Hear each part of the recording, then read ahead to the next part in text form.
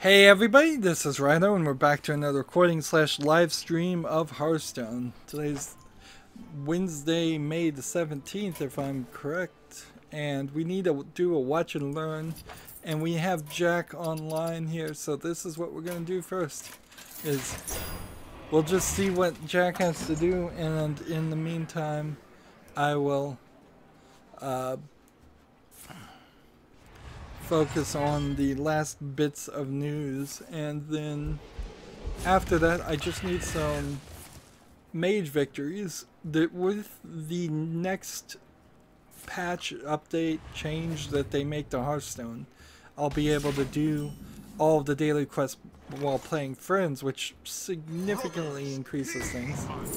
It looks like Jack is playing a elemental deck with maybe a discover twist to it. He's playing as a rogue with weapons. So, and let's see, what else has he got? He's got pirates, which are increasing his weapons, but it's also stealing cards. He's playing a lot of different things here, but let's see if he wins. His opponent is trying to play 7 taunt things to summon this weapon. Your hero power becomes deal 8 damage to a random enemy. That's pretty good. As far as the news, Digital Devolver is going to be hosting a free picnic event this year at E3. Now, from skimming the article, not really reading it, I think the free picnic they're going to give you is a bunch of Digital Devolver game codes. I don't think they're actually going to give you any food or drink.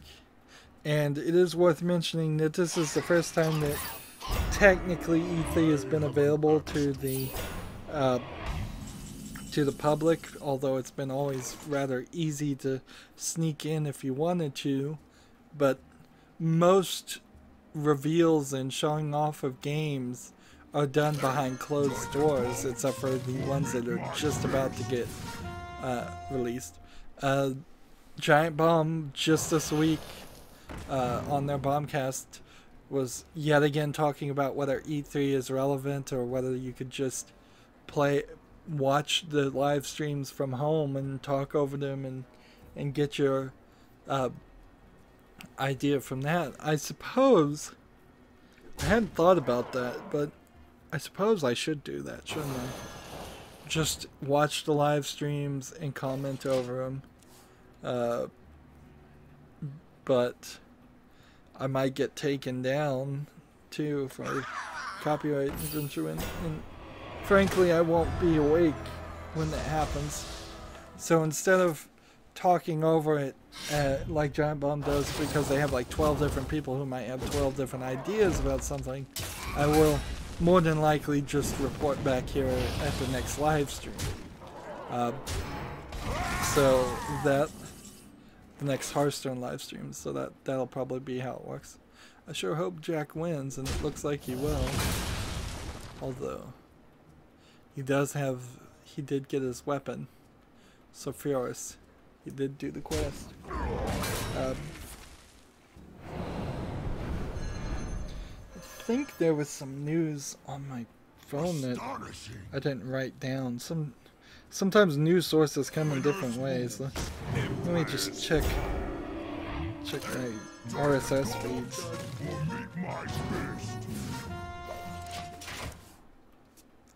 Let's see.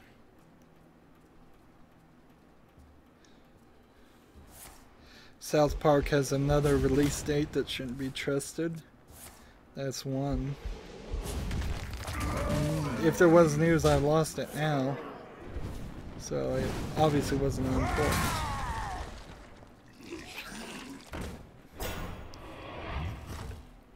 Windows 10 is trying to introduce this feature where you can copy and paste through. You can copy something on your Android phone and paste it on your Windows 10 PC, and I guess it's a great idea. I mean, it's a genius idea. The only problem is that what you're copying and pasting is going through some server somewhere, and I'm not sure I want my privacy taken away from me like that. But it would certainly be helpful when you see something on a phone and then want it to happen, want to get it to your regular thing.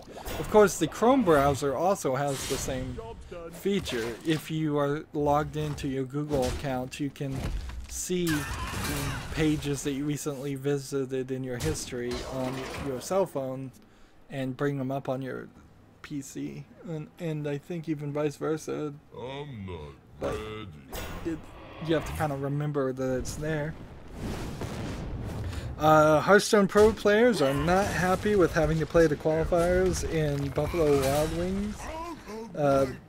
I think Blizzard got a sales agreement, advertising agreement with Buffalo Wild Wings to do that, but it's distracting. I could certainly see being surrounded by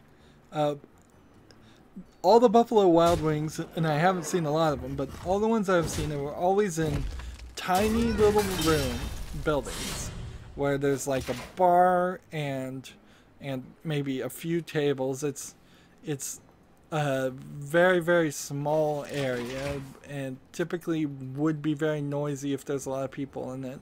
And it's probably all gonna smell of spicy chicken wing sauce, whatever they serve, and it's gonna be surrounded with people asking if you want refills and all of that. And Buffalo Wild Wings might be more of a bar than even a chicken place, so it's hardly the place you would want to focus if you're a professional player.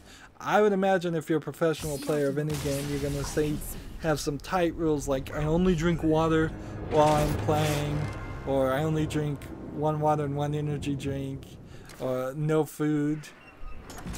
We gotta watch and learn, so let's see if Jack will play again. Jack is visiting his quest log. Jack is hanging out in the menu. Jack is visiting the quest log.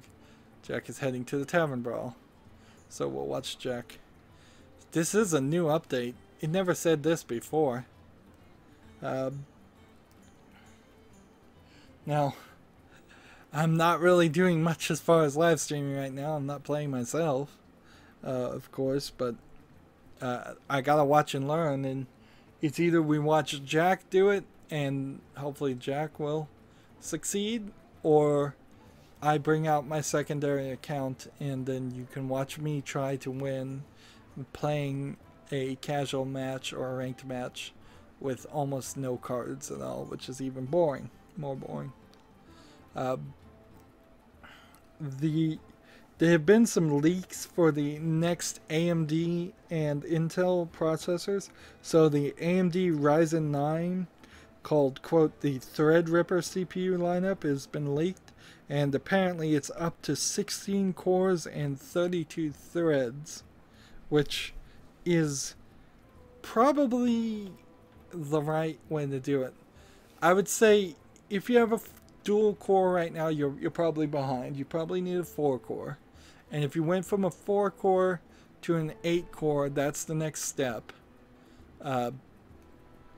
Man, he is still searching for somebody to Tavern Brawl with. Maybe the servers aren't going very well today. Yeah, I'd say go from 4-core to 8-core. And then I would say if you're already at an 8-core, which you shouldn't be because I don't think there are any 8 cores, going to a 16-core makes sense. In those orders, it makes sense. Now, in realistic things, I think 8-core will probably go the entire 5 to 10 year life of a CPU, if that's how long you're going to keep your PC. If you keep it longer, after 10 years, an 8-core processor might be less than what it should be, but I think an 8-core will do you just fine. The thing that will happen more than anything is if you got an 8-core tomorrow of this Ryzen 9 series, it's going to be the lowest speed version of an 8-core processor as the rest of the world moves into generations of 8-core processors, and that's mostly only going to be PC gaming. that moves up to 8-core processors, and professionals that are doing animation and stuff like that. You don't need 8 cores to even do music. I'm not even sure you need 8 cores at all, but it's interesting. Now, the Intel side of it, the i9 series, which is their first PC in the new series of PCs, instead of just little tweaks of what they have been doing, because they've been mostly just tweaking things, is going to only be up to a 12-core, 24-thread. So it doesn't seem like they're going to go as crazy. I, again, wouldn't recommend getting a 12-core, though. I would say go in increments of 4. Go 4, 8, and then probably 16. Like, always double. Because there's not going to be a lot of programs out there that say you need a 12-core processor. Not really at all. All you're really getting is something that is sort of like if you had an 8-core processor and a 4-core processor at the same time, to run 2 very demanding programs at the same time, which still doesn't make a ton of sense. You still would be better off going 16-core. But I would say 8-core, and I would heavily recommend, though, if you had a 2-core or just a slow processor in general, when the new Intel lineup comes out, getting maybe the previous generation's 4-core, something nice there would probably be a nice upgrade. Get it cheaper. Now the Intel Core i9 series is going to have a Turbo Max, which is, I assume, is a hyper-threading for hyper-threading type thing. That's going to let the processor go up to 4.55 gigahertz, which is a processor speed I never expected us to hit. I honestly thought we were going to tap out at like 3, maybe 4 gigahertz maximum. And seeing that they can get to 4.5 gigahertz through probably cheating math is still kind of amazing. And if they do, I still don't believe we'll get up to 5 gigahertz. Inherently, no program, no single thread needs 5 gigahertz in a row. I don't think. Maybe we'll in the future be doing some kind of incredibly complicated brain interface device that actually needs to do millions and millions of checks in a line that would require 5 gigahertz or more in a row, but right now I don't think so. The one thing that struck me as interesting is that did I write this down right? The top of the line Core i9 is rumored to have 44 PCI Express lanes versus the average 16. So why you'd be more interested in that is with more PCI Express lanes, hopefully at the highest speed, which I don't know if there's a 32x PCI Express or 16x is the maximum, or if one lane is always 1x and then 16x actually uses 16 of the PCI Express lanes. I'm not certain about that. I should know that. But if you have more of those lanes, that means plugging in a video card can transfer more. I have never seen this card, Mr. Bigglesworth. I pity you. Kel'Thuzud's Kitty. Yeah, that's not a real card. That was created via this spell. So you can have faster GPUs that can transfer more data between the PC and the GPU that way. It also gives you more lanes to use for the M2 storage units. So we're slowly migrating away from the SATA standard to the M2 standard, which would allow for faster SSD M2 sticks to be installed. So what it will eventually line up to is we'll start building computers and have computer cases that don't have any slots for any CD-ROM drives, any 5 1/4 bays, any 3 1/4 bays, any 2 1/4 bays. All of those will be taken out, and we'll have an extremely small computer cases where the only storage that you need or would want won't work through SATA connections inside at all. It will instead work through the M2 slot, which would be cool because every time a bus, the front side bus in particular, gets split to something else, it gets further away from actually getting to the CPU. So right now, when you have a CPU, it connects to a SATA controller chip on your motherboard, and that SATA controller chip becomes probably the bottleneck between your connection to your SATA drive and your CPU. If the SATA controller chip is removed, not only is the motherboard missing an expensive chip now that it doesn't need, which it'll take many years before they actually get rid of SATA connections completely, but it will remove that bandwidth.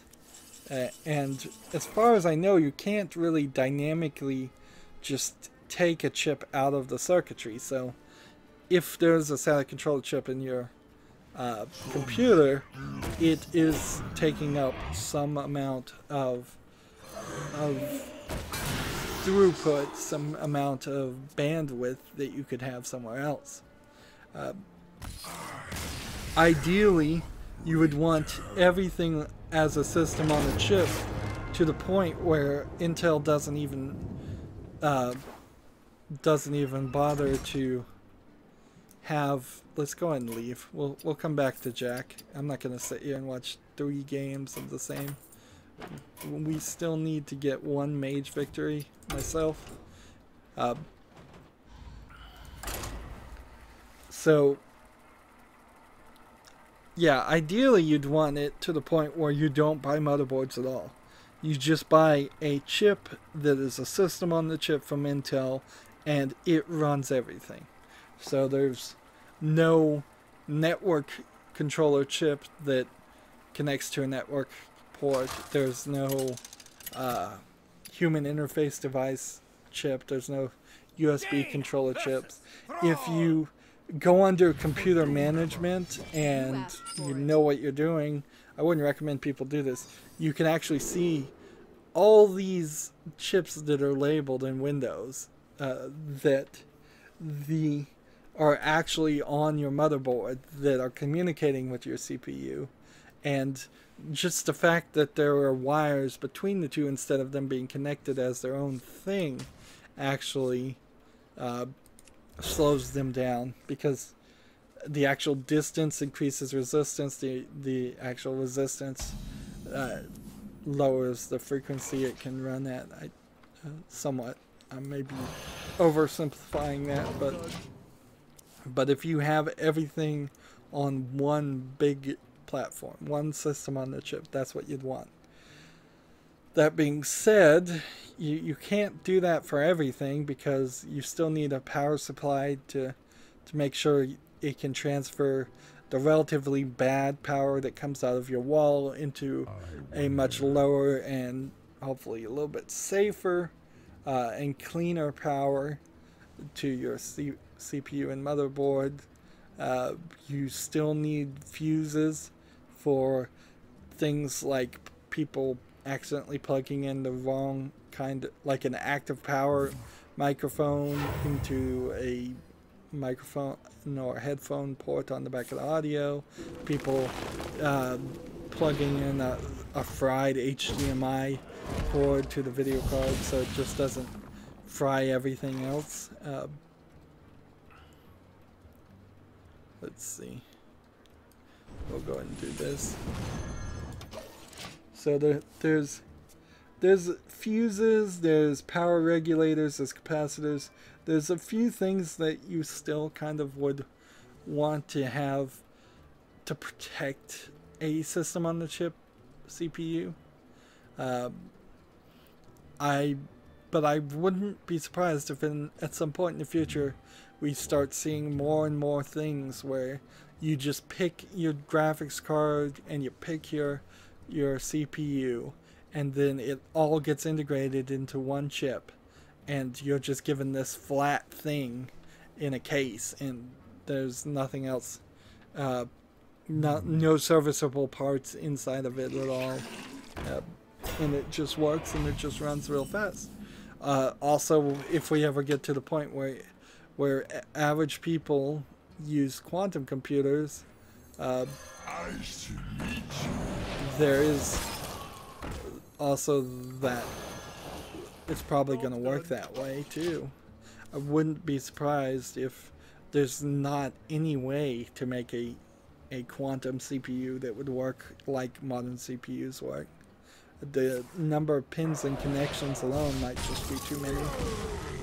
The 2011 standard for CPUs, which isn't the newest CPU connector type, but it's a unique one in that it's called the 2011 standard because it has 2011 pins that you connect your CPU to that are so small. Let's see, let's double check our chat. I can only assume that nobody knows that I'm on right now.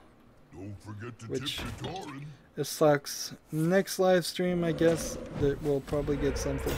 It seems that this is the case if YouTube wants to screw you over and not announce your live stream, nobody's gonna see your live stream. They're just not gonna see it. Either that or there's something about Wednesdays that I'm not realizing.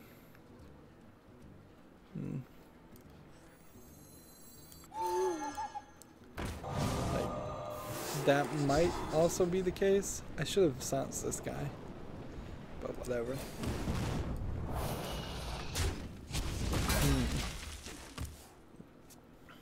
Yeah, sadly I don't have anything else to really talk about, so I need to kind of hurry up or get people to send me friend requests or play me. I've kind of hit it. Now, I will say personally, I think there's just much better support for Intel processors and Intel-owned NVIDIA GPUs. So, because I would highly recommend that people only buy Intel processors and not buy AMDs, which certainly sucks for people who are fans of AMDs. I agree. Whenever you do a battle cry, this gets extra attack. Let's go ahead and adapt.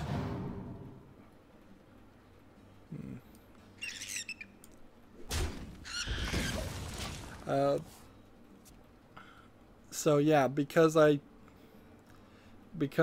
recommend getting an Intel processor, I then also recommend getting an NVIDIA for the same reasons too. It's like they're just better supported. Even if AMD is cheaper, the only thing I could see getting an AMD for would be a non-gaming PC or some other way you could spin it or explain it as a good deal. So what am I gonna do? Heal somebody? Heal myself. Interesting.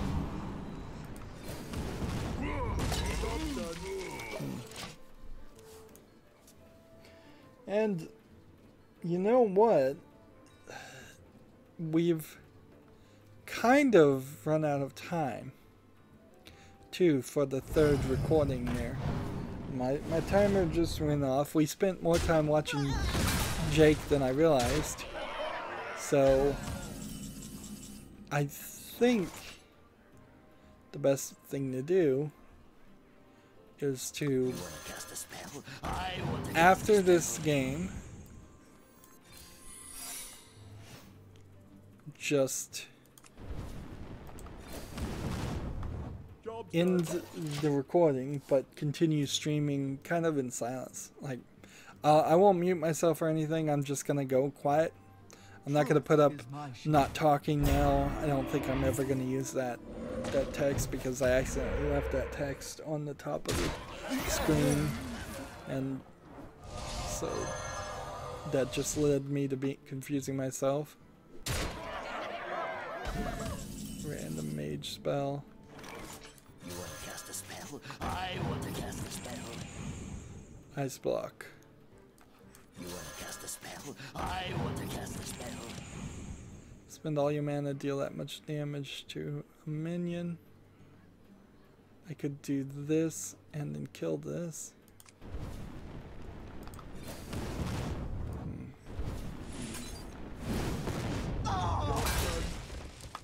Let's see.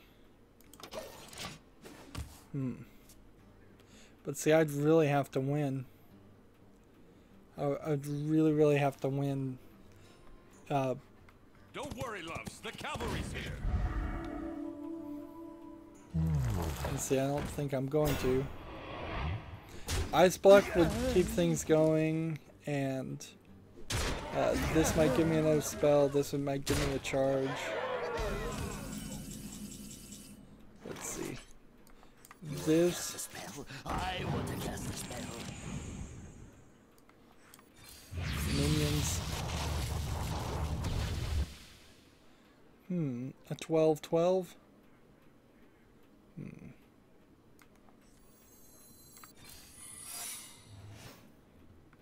Let's do this 8/8. Job done.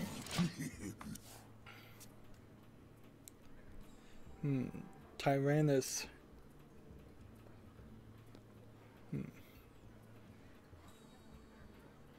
I can see a way I could win here. Maybe. If I can discover one spell that just kills a bunch of people.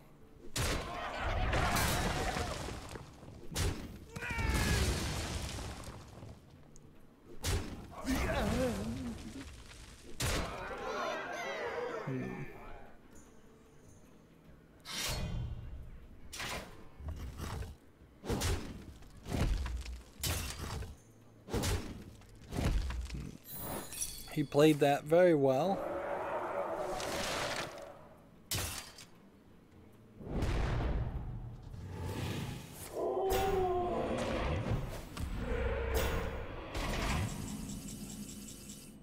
So here's a good one to do. Do this, and then it only gives them one because there's not enough room. Do this, and I can discover. And let's see, freeze all enemy minions, but I've lost. Time's up. Let's do this. Game over for me. That's fun.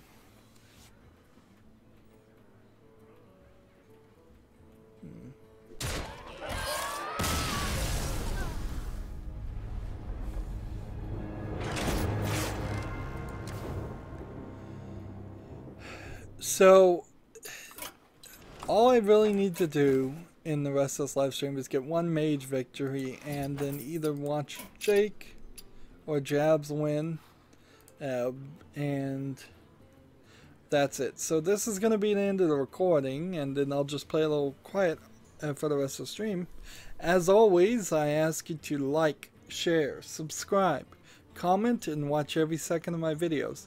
If you want a friend or follow me on basically any social media sites, there's a whole bunch of links down below. Thank you for watching. Have a good evening.